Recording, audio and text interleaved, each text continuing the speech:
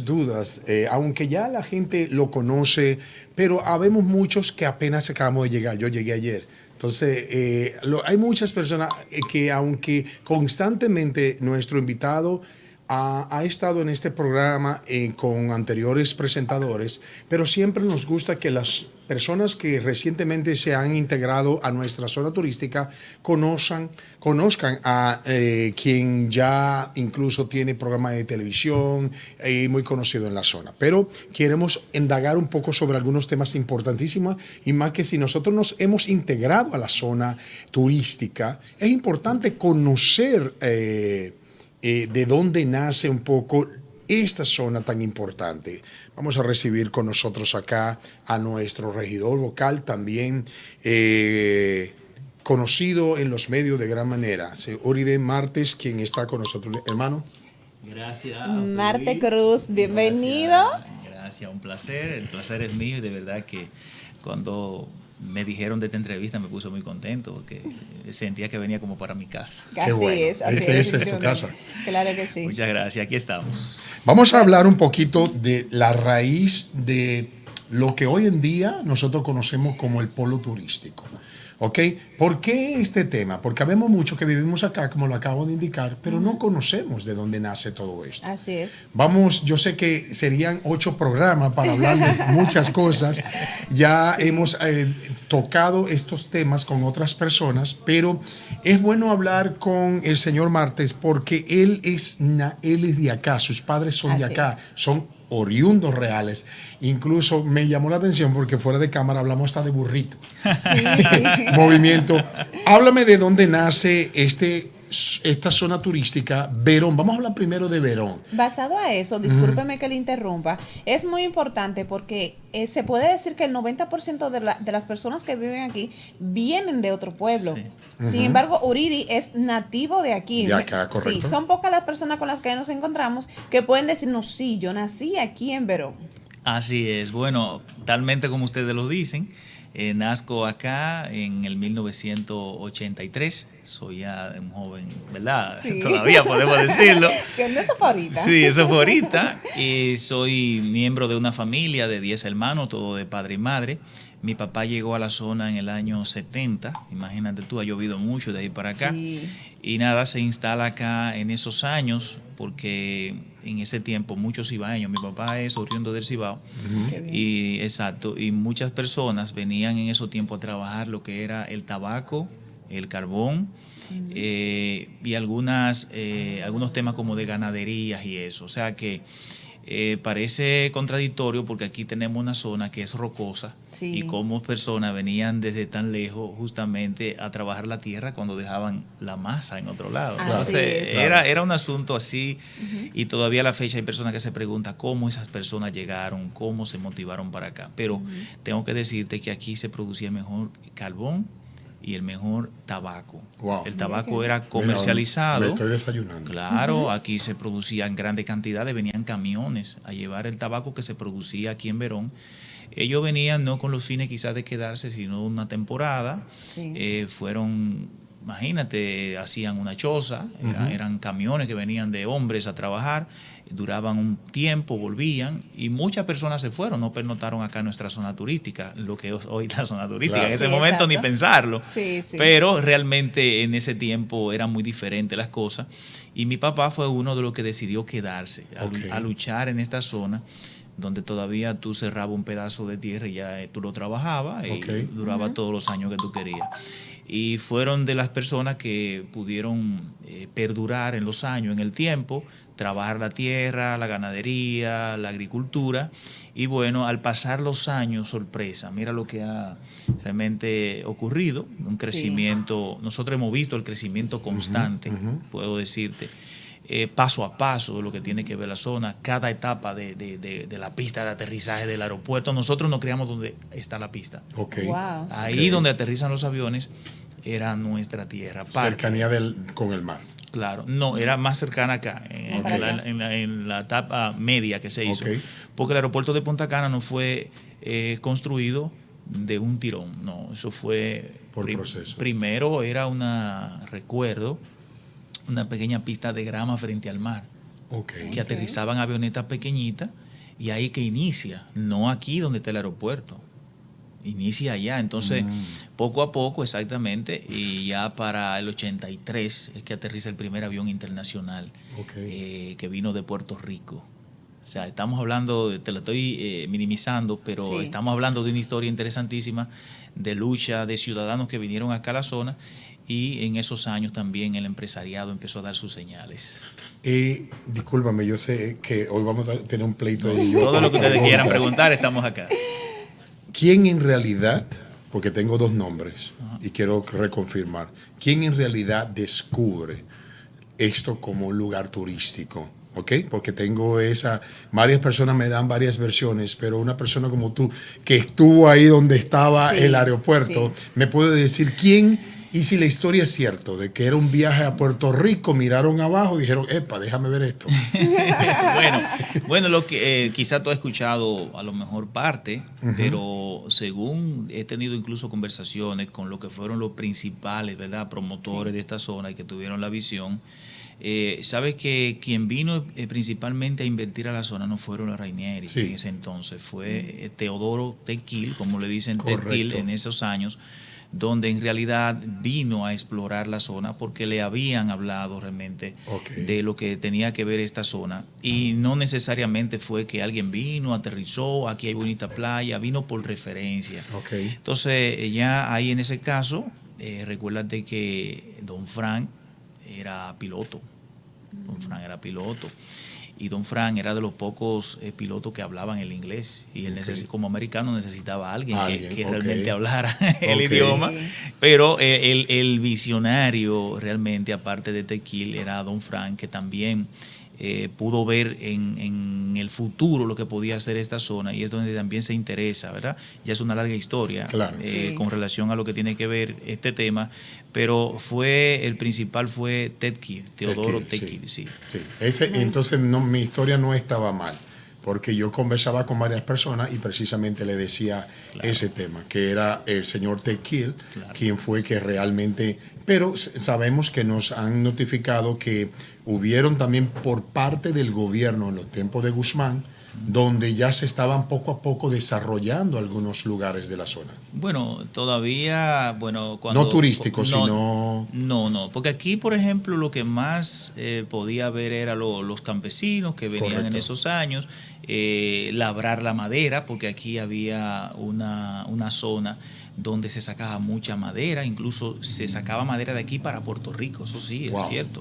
Madera de aquí para Puerto Rico y para otros lugares, puntos del país. Entonces, el comercio para ese tiempo no era turístico para nada. Lo del turismo era algo inhóspito, algo que no cabía en la mente de mucha gente. El decir que para la época alguien iba a pensar lo que esto es hoy. Que es una historia sumamente interesante. Sí, definitivamente. Uridy, mirando de verdad que el amplio conocimiento que tiene de la zona de Verón, Bávaro, Punta Cana, porque ya que es oriundo de aquí, conoce la historia más que cualquier persona, es muy importante. Recientemente estuvimos en una actividad donde estuvo nuestro síndico, donde también dentro del discurso y de todo lo que se habló del nuevo, ¿cómo llamar? El presupuesto 2025. Queremos hablar un poco de eso. ¿Qué aspecto clave considera más relevante en la planificación del presupuesto del ayuntamiento para el nuevo año? Bien, miren, hay que resaltar lo siguiente, y para poder edificar a la población es bueno siempre tocar puntos básicos. Muchas personas, cuando le hablan de presupuesto, que aprobaron un presupuesto de 650 millones, como lo fue ahora, entienden, bueno, el ayuntamiento tiene mucho dinero, vamos a hacer muchas cosas. No, eso es antes, o es una estimación de lo que la alcaldía entiende que para el próximo año pudiera ser en las ejecutorias que pudiera recaudar, ya sea en arbitrios. Y recuérdate que una de las partes importantes y de los aspectos que debemos nosotros de conocer es que al distrito le estaba llegando al menos 5 millones de pesos al mes de parte del gobierno. ¿Qué sucede? Con la nueva actualización del último censo, entonces ahora las estadísticas indican que acá tenemos una población de más de 140,000 personas, mal contado. Sabe que nosotros mismos nos hemos quejado en ocasiones donde hemos rechazado ese informe porque el censo se realizó en un momento donde realmente de crisis, de pandemia, donde había todo lo que nosotros sabemos, y la gente de alguna manera no estaba en casa. Muchas personas a mí no me censaron. No lo censaron. Así hay mucha gente también que lo afirman, que no lo censaron. Pero bueno, la realidad es que hay una nueva actualización, ya sea bien o mal, el trabajo que se hizo existe ya. Entonces, en este caso, ya las estadísticas que indican que tenemos más de 140,000 personas en nuestra zona, eso genera consigo un nuevo esquema ya del dinero que se le va a entregar a los pueblos. No solamente al distrito, sino al país, porque esta reeducación de dinero ahora de 5 millones pasar a casi a 30 millones de pesos mensuales es muy diferente. Decir, bueno, ahora hay que hacer una nueva reingeniería de cómo vamos a distribuir este dinero para poder invertirlo en el pueblo. ¿Cuáles son esas necesidades? Hay que hacer un levantamiento, como ustedes sabrán, lo del presupuesto participativo, que se hace en cada sector. En este caso lo manejamos por polígono. Los polígonos están divididos, por ejemplo, desde el cruce del cruce de Verón hacia Punta Cana es un polígono. Desde el cruce de Verón hacia Lajar de otro polígono. Desde el cruce de Verón hacia Friusa otro polígono. Y allá La Ceiba otro polígono. Entonces estamos divididos en 4 polígonos, donde en cada uno de ellos se hacen asambleas. Esta asamblea constituye en una organización de las diferentes instituciones, como las juntas de vecinos, los clubes deportivos que tienen el derecho de participar, entre otras. Esas instituciones, que en este caso las que más participan son las juntas de vecinos, ellas son las que dicen lo que ellos quieren que se haga en su sector. En su gran mayoría piden caliche para el arreglo de sus calles, piden acera, piden contenes. Hay algunos que se unen y dicen, bueno, vamos, como ha ocurrido en ocasiones, vamos a hacer una cancha intermedia porque el presupuesto nunca es suficiente para las necesidades que demanda el pueblo. Eso hay que tenerlo claro, José Luis. Entonces, algunos sectores dicen, bueno, vamos a unirnos y vamos entonces a elegir una obra céntrica donde le dé cobertura a los diferentes sectores de un conglomerado. En ese sentido, se realizan canchas o un parque o cualquier obra. Entonces, ese es el método mediante el cual se hace el levantamiento para poder entonces las comunidades saber qué necesitan y la alcaldía, que es una ley, la 176-07, específicamente en su artículo 21, donde establece cuál es la metodología que se debe de hacer o mediante el cual se deben realizar estas reuniones sociales, llámese la asamblea. Entonces, siendo así, este levantamiento que se hace en los 4 polígonos, cada polígono elige cuáles son las obras que quiere, que necesita, sea cancha, sean obras municipales, porque tenemos que entender una cosa, hay obras que son ya del gobierno central y hay obras que son ya de la alcaldía. Entonces, llámese las obras de la alcaldía, que se hace esa recopilación general, entonces desde ahí se levanta las informaciones para el presupuesto participativo, y tiene como nombre participativo porque participa la sociedad en sus ejecutorias o en las elecciones de las obras. El ayuntamiento después, mediante la oficina de contrataciones que tiene, de presupuesto, entonces en este caso hace el levantamiento, los cálculos por polígono, y entonces dependiendo cuánto barrio haya en un polígono, que en este caso como el polígono 2, que es el más grande, que tiene tantos sectores, acá de cruce de Verón hacia la Dojalda, ahí hay que incluir al cruce de Verón, hay que incluir a Critinita, hay que incluir Ciudad del Rey, Cacique, la Dojalda, la Notificación Verón, hay que incluir a Samaritano I, Samaritano II, Ciudad del Rey, que es grandísimo, todos esos sectores. Entonces, ese polígono tiene una partida, vamos a decir, de 30 millones de pesos para el año 2025. ¿Mensuales? No. Cuando hablé ahorita de los 30 millones mensuales, es lo que el Estado ahora va a enviar al ayuntamiento. Por eso, discúlpame que haga un corte ahí para que no haya confusión. ¿Por qué? Porque cuando incluso me llama la atención y voy a ir muy directo, cuando el señor síndico estaba la semana pasada haciendo la inauguración del primer Palazo, como le quieran llamar, para la nueva clínica, él hablaba de un presupuesto de 24 millones.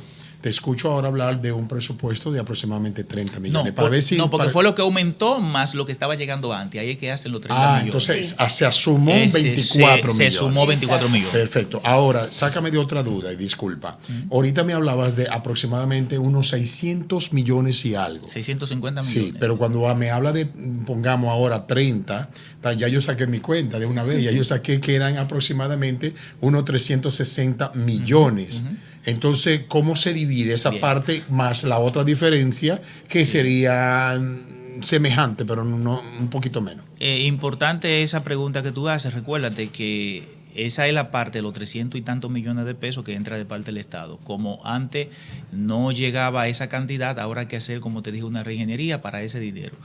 Con eso vamos a concatenar entonces lo que tiene que ver, lo que la alcaldía estima que va a ingresar al ayuntamiento por cobro de arbitrios. Correcto. Entonces los cobros de arbitrios van a hacer una obra determinada en un lugar, eso tiene un pago de uso de suelo, entonces esa es la proyección en esa partida. Ejemplo, eso la publicidad, ese tipo de cosas. ¿Cierto? Exactamente. Caemos. Bueno, en este caso estamos hablando de obras específicas, por ejemplo, van a hacer un hotel en la zona, van a hacer un proyecto de urbanización, van a hacer edificios, van a hacer casas, van a hacer cualquier tipo de proyecto de estos.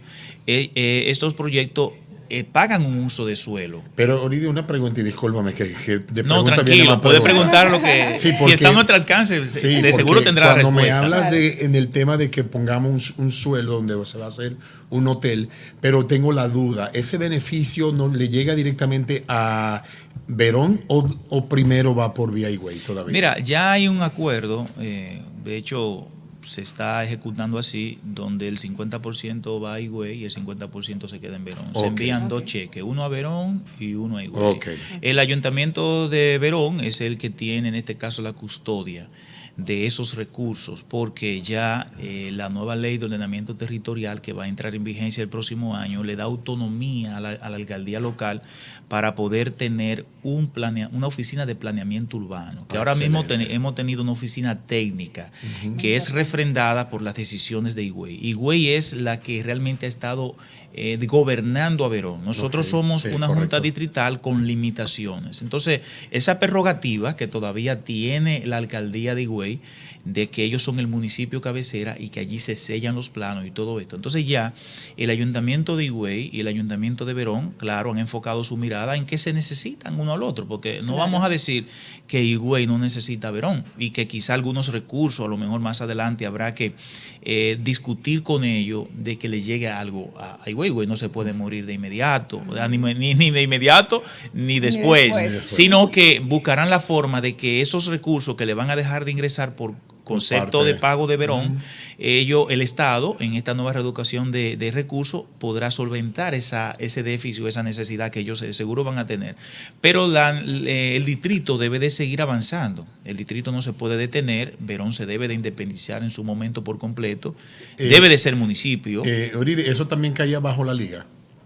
También caía bajo la liga. No, eso es un acuerdo de mancomunidad que hay. No tiene que ver. La liga es otra cosa.